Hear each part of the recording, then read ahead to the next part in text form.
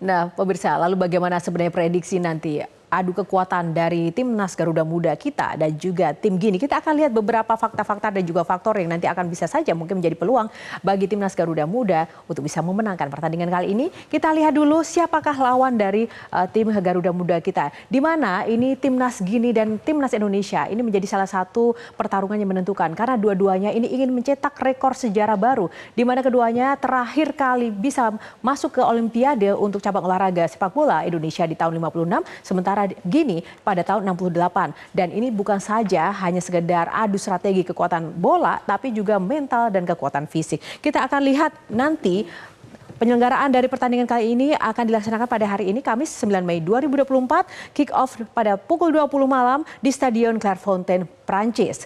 Dan kita akan lihat sebelum nanti kita akan membahas seperti apa kekuatan dan formasi keduanya.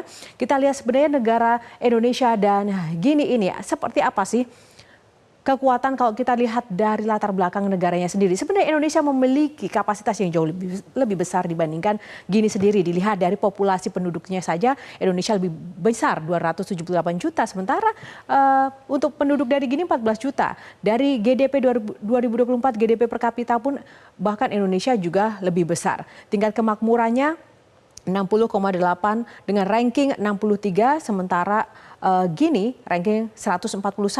Pertumbuhan ekonomi Gini lebih besar 7,1% dan Indonesia 5,05%. Debt to GDP rasionya 35,5% untuk Gini dan Indonesia 38,6%.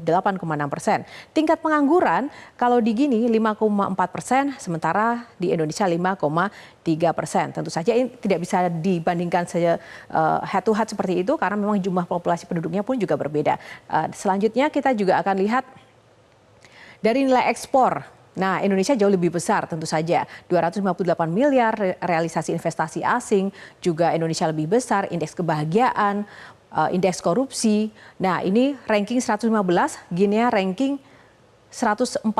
Bahkan Gini ini menjadi negara terkorup. Ya, lebih besar korupsinya, tingkat rankingnya dibandingkan Indonesia. Nah, indeks kedamaiannya di ranking 127, Indonesia 53. Artinya Indonesia ini lebih damai dibandingkan Gini ya dari sisi keamanannya. Nah, indeks pembangunan manusianya sendiri untuk Gini di ranking 181, Indonesia di 112.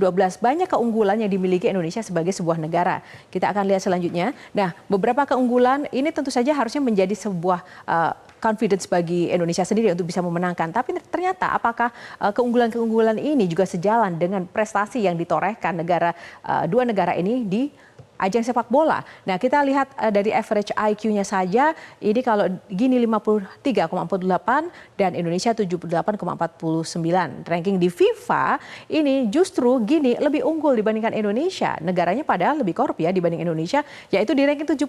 Sementara kalau Indonesia sendiri di ranking 134 posisinya untuk FIFA per April 2024. Nah, market value timnas U23-nya sendiri Gini ini lebih mahal, yaitu 133 miliar dan Indonesia 83 miliar. Nah, tentu saja ini menjadi pertarungan seru sekali pemirsa. Kita juga akan lihat, tadi kita lihat di peringkat 76 adalah Gini, 134 Indonesia. Ini head to head-nya ini seperti apa sih? Nah, konfederasi kawasan Gini merupakan bagian dari Afrika Barat, sementara kalau Indonesia dari Asia Tenggara, namun Indonesia adalah salah satu tim yang paling kuat di Piala Asia kemarin dan lolos ke Olimpiade Senior. Ini satu kali, Indonesia juga satu kali di tahun 56, Gini di tahun 68. Penampilan di level kontinental, debutnya di AFCON U23 2023 dan sementara Indonesia di debut Piala Asia U23 2024. Bermain 5 kali, Indonesia 6 kali, menang 1 kali, Indonesia 2 kali. Ini Indonesia lebih berpengalaman dalam capaian head to head ini. Selanjutnya kita akan lihat imbang. Permainan imbang, Indonesia 1 kali, Gini 2 kali dan pernah kalah 3 kali Indonesia, Gini 2 kali, golnya 8 kali, lebih banyak daripada Gini yang 5 kali dan kebobolan 9 kali. Indonesia sayang sekali lebih banyak dibandingkan Gini yang 5 kali. Dan status lolos knockout runner up group, Indonesia juga runner up grup peringkat semifinalis dan Indonesia juga semifinalis. Dari kalau dilihat dari head to head-nya kedua tim ini juga sama-sama kuat ya. Namun ada beberapa hal yang mungkin kita bisa lihat kekuatan dari Gini sendiri ini memang sangat besar dan ini harus benar-benar diperhatikan oleh timnas Garuda karena ada terdapat 20 tim dari profil pemain Gini U23 ini yang ternyata sudah berkiprah berkarir di Piala Eropa. Nah, ada di di Liga Eropa. Ini ada 20 tim termasuk dari Ilaix Moriba yang Moriba ini menjadi salah satu keunggulan dan kekuatan dari tim Gini untuk menghadapi Indonesia pada malam nanti. Dan ada juga Kamara dan ada Jate dan Conte, semuanya mayoritas dari 20 tim ini, mereka 16 orangnya itu berkarir di Liga Eropa. Dan selain Liga Eropa kita juga akan lihat mereka juga beberapa di antaranya di Liga Asia ada Nabi Kamara dan Osman Kokoe. Dan kita juga akan lihat selain Liga Eropa, Liga Asia, juga di Liga Afrika. Banyak dari tim dari Gini ini juga berjaya di Liga Afrika dan mereka adalah bagian dari timnas Gini yang rata-rata usianya itu 21 tahun ke atas, 21 tahun 22. Sementara kalau Indonesia, kalau dilihat dari usianya sendiri 20 tahun. Nah, lalu bagaimana kemudian untuk menyikapi kekuatan dari tim Gini tadi, Indonesia pun juga tetap mencoba untuk mempertahankan skema 3-4-3 ini. Nah, ada dua pertahanan belakang yang tentu saja tidak bisa terlibat dalam pertandingan kali ini, yaitu Justin Hubner dan juga Rizky Ridho, sehingga Sintayong pun juga memberikan suatu fokus pada kekuatan di lini depan juga melalui Rafael Struijk dan juga Marcelino yang diharapkan bisa membuka ruang-ruang serangan. Dan yang kedua adalah pertahanan itu sendiri. Karena untuk tim Gini sendiri ini memiliki salah satu ciri khas, yaitu mereka terkenal dengan adu kekuatan, bahkan duel sambil berlari, bahkan juga termasuk offense-nya itu juga sangat kuat. Sehingga Indonesia juga memiliki salah satu pilihan ketika memang harus bertahan. Dengan formasi 3-4-3 dari Gini ini adalah kekuatan untuk bertahan. Lalu bagaimana formasi dari timnas Gini sendiri kita akan lihat. Nah, kita lihat ini adalah timnasnya, mereka menggunakan 4-3-3 karena ini merupakan bagian dari kekuatan tim Gini sendiri untuk menyerang Indonesia dan mereka nampaknya juga tidak ingin membuang-buang waktu ya dengan mengarahkan beberapa jagoan-jagoan mereka di lini depan untuk langsung memberikan serangan-serangan yang mungkin nanti dirasa cukup efektif menurut dari tim Gini ini sendiri dengan menempatkan beberapa strikernya dan juga jagoan-jagoannya seperti Konde, Kamara, dan juga ada di lini belakangnya ada Keita dan juga Olare. Dan di posisi tengah ini Tidiani pun juga menjadi salah satu unggulan untuk dapat melakukan membuka ruang di beberapa titik-titik serangan untuk pertahanan, baik juga serangan terhadap lawan.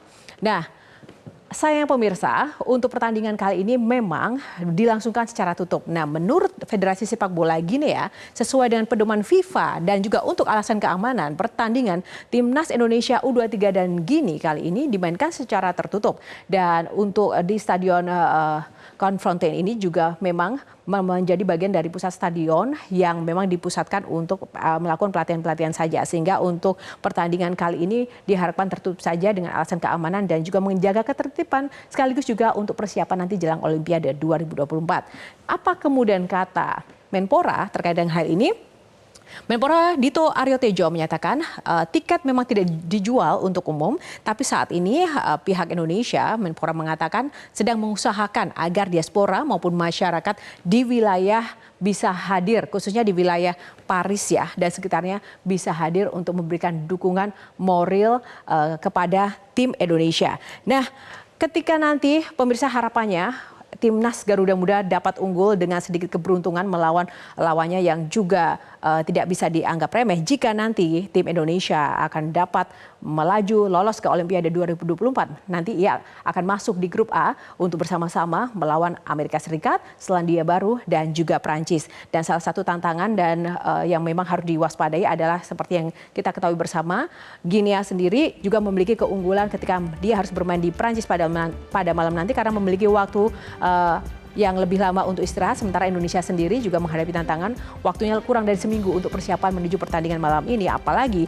dipengaruhi dengan cuaca. Sebelumnya mereka bermain di Qatar, tim Garuda dengan suhu udara lebih dari 30 derajat Celcius dan harus beranjak ke Paris, Prancis dengan suhu udara 11 derajat Celcius. Namun dengan kekuatan dan juga semangat yang tentu saja besar, kita pasti optimis Indonesia dapat menang melawan Gini. Nah, itu tadi pemirsa head to head rangkuman dari jelang pertandingan Timnas Garuda Muda melawan Gini. Nah, seperti apa nanti pertandingannya kita akan update bersama dan Metro Siang masih akan kembali dengan informasi lainnya untuk Anda sesaat lagi.